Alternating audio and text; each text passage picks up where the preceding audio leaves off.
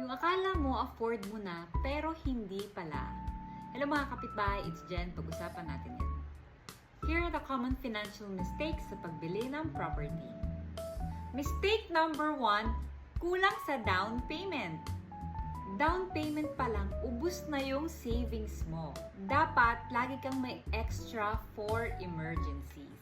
So, my tip is, mag-ipon ng at least 20% plus buffer funds. Mistake number 2, walang emergency fund.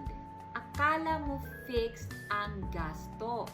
Biglang may nasira, wala kang pang-back up.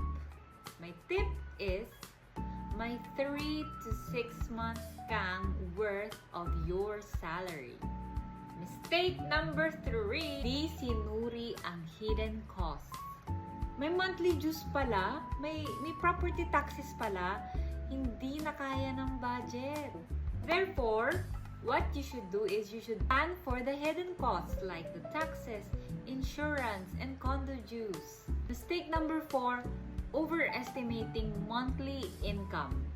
Kaya naman daw monthly payments, pero hindi na sapat para sa iba pang bayarin. My tip is, ensure housing costs not more than 30% of your income.